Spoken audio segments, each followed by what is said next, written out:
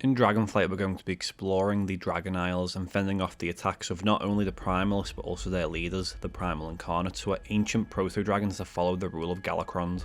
I'm Mantas, and in today's episode of Dragonflight Explained, we're looking into Galakrond and who the Primal Incarnates are, and essentially who the army behind them are. Galakrond, the progenitor of dragonkind, was a massive proto-dragon. By massive, I mean massive in all caps. Though in-game limitations have his skeleton as being very large, within the lore his real size was monstrous. Some say he was so large he could swallow multiple proto-dragons whole in a single bite, but the only thing comparable to his size was simply him. That thing should not be the size that he was. His roar could be heard from miles around, and the flap of his wings generated powerful winds. And as he consumed the life energies of his fellow proto-dragons, he grew mutations all over his body that included limbs and even eyes. Though it's not strictly known what turned Galakrond from being a benevolent proto-dragon that hunted with his peers to terrorizing them, the Watcher tier vaguely implies that he is at fault for what happened and something went against his plans.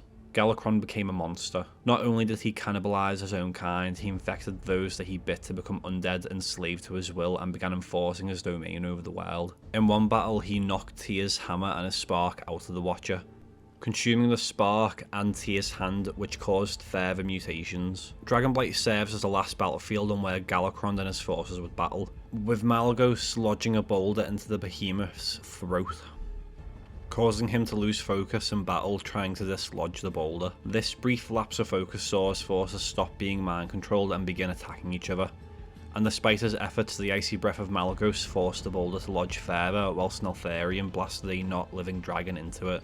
Ultimately, the mighty Galakrond choked to death and fell to the floor, lifeless.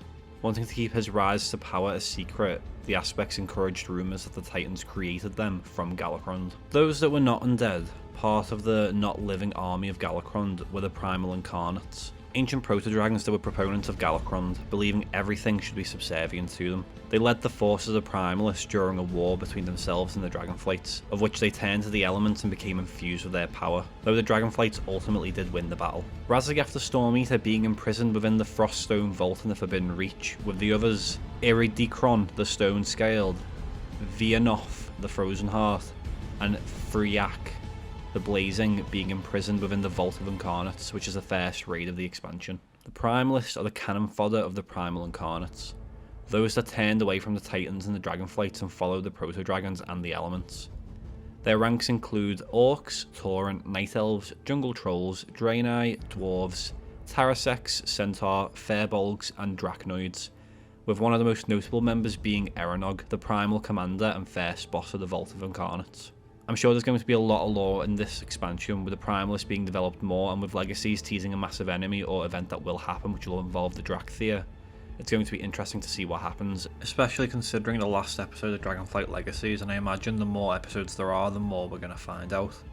But honestly, I can't wait to see who the final bad guy of this expansion is, and I really hope it's going to be better than the Jailer. Hope you enjoy the video, and thanks for watching.